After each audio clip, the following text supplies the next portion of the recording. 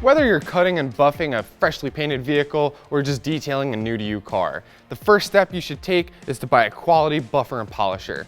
This rotary unit gives you total control to make sure you get the brilliant shine you're looking for. The powerful 10 amp motor allows you to spin the pad from 1000 to 3000 RPM. It even has a variable speed control with 6 different settings to ensure you do not burn through the paint. It also has a soft start trigger response that stops compounds from spraying all over you and your shop.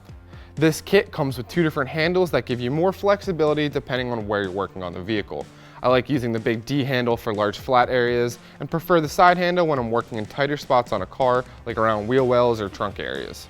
Another nice feature of this tool is that if you're using it for a long period of time, there's a trigger lock. That way you do not have to depress the trigger the entire time you're moving around the panel. It has a standard 5/8 by 11 arbor, so you can quickly change out your accessories. The hook and loop backing pad makes it really easy to change between pads or sanding discs. We've even included a buffing bonnet and a sanding disc so you can get started working on your project right away. Another really nice feature of this unit is that it'll accept pads up to 9 inches in diameter for those larger areas.